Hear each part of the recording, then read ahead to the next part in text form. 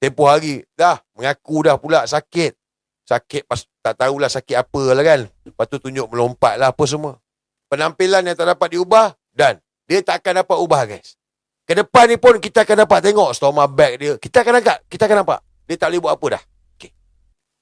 Now proses kemaluan yang memalukan dah berjalan dah. Sama ada korang sedar tak sedar, dia dah berjalan dah. Walaupun mungkin dia tak nampak. Tempoh hari waktu Trump datang, walaupun bangga Trump datang, tapi sebenarnya itu kemaluan yang memalukan untuk diri dia. So, dia akan berlaku lagi kemaluan yang memalukan ini, yang semalu-malu dan sehina-hinanya untuk Anwar Ibrahim. Kemudiannya, barulah kepada kejatuhan yang amat dahsyat. Macam mana dahsyat dia? Saya tak tahu. Tapi saya yakin, dia punya jatuh kali ini memang betul-betul macam nangka busuk. Kau punya pure punya jatuh. No mercy. Yang mana jatuh ni dia tak boleh bangun balik dah. Kalau sebelum ini, dia jatuh, dia masuk penjara, dia keluar, dia melawan balik.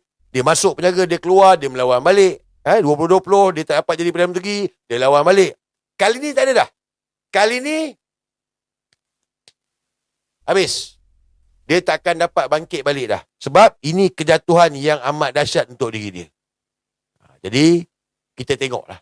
Sebab tu saya bagi tahu, jangan percaya. Fikir. Jangan lupa subscribe dan tonton video penuh di Suara Dunia.